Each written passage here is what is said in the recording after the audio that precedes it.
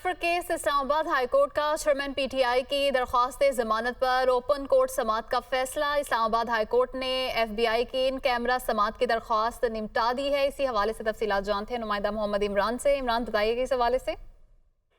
जी, chairman PTI के वकील barrister Salman Safdar की इस्तदा को अदालत ने मंजूर किया है और एफआईए की दरख्वास्त को निपटा दिया गया है। अब चेयरमैन पीटीआई की साइफर केस में जमानत की दरख्वास्त की जो समाअत होगी वो ओपन कोर्ट में होगी। ताहम अगर कोई हसास नौइयत के डॉक्यूमेंट्स एफआईए में पेश करने होंगे तो सिर्फ उस हद तक ये समाअत इन कैमरा होगी। और अब अदालत ने चेयरमैन पीटीआई की दरख्वास्त जमानत की अगली तारीख भी मुकर्रर कर दी है। 9 अक्टूबर को दिन 2 बजे चेयरमैन पीटीआई की दरख्वास्त जमानत पर समाअत होगी। जी इमरान, बहुत शुक्रिया, आपने तफसीलात से आगाह किया। इस्लामाबाद हाईकोर्ट ने एफआईए की इन कैमरा समाअत की दरख्वास्त निपटा दी है और चेयरमैन पीटीआई की दरख्वास्त जमानत पर ओपन कोर्ट समाअत का फैसला हुआ है।